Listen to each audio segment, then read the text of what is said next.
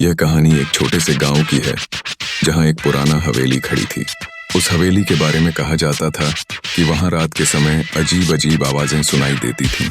गांव के लोग उस हवेली से दूर रहने लगे थे क्योंकि हर किसी के मन में वहां रहने वाले भूत का खौफ था। एक दिन एक युवक ने अपनी बहादुरी साबित करने का निर्णय लिया। उसने हवेली में रात बिताने का निश्चय किया। जैसे ही रात का अंधेरा छाया, वह हवेली की ओर बढ़ा।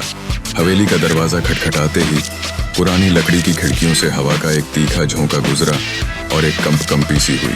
जब वह हवेली के अंदर गया तो उसके मन में असंख्य संदेह और डर थे। कमरों में धूल भरी थी और दीवारों पर उकेरे गए अजीब चित्रों ने वातावरण को और भी भयावह बना दिया। एक कमरे में उसे एक पुरानी तस्वीर मिली जिसमें एक महिला की छवि थी जिसकी आंखें गहरी और दुखी थीं। उसे महसूस हुआ जैसे वह महिला उसे देख रही हो। अचानक निचले तल से एक अजीब सी आवाज आई।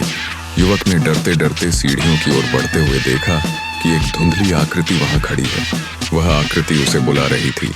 उसका दिल तेजी से धड़कने लगा। वह समझने लगा कि वह भूत उसकी ओर आकर्षित कर रहा है। जैसे ही वह उसके करीब पहुंचा, अचानक वह आकृति उसके सामने आई और उसकी आंखों में एक मार्मिक दर्द था।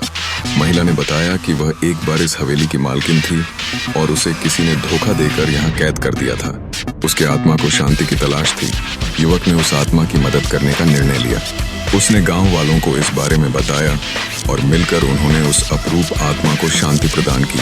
एक रात जब उन्होंने पूजा अर्चना की तो अचानक एक हल्की सी चमक आई और महिला की आत्मा एक सुखद मुस्कान के साथ हवेली से विदा हो गई। उस रात के बाद हवेली में आवाजें आनी बंद हो गईं। गांव के लोग अब उस हवेली को डरावनी नहीं बल्कि एक शांति की जगह मानने लगे। वे डरे हुए अनुभव को हमेशा याद करते हैं, लेकिन वे जानते हैं कि कभी-कभी भूत भी दर्द और सच्चाई की कहानियां लेकर आते हैं।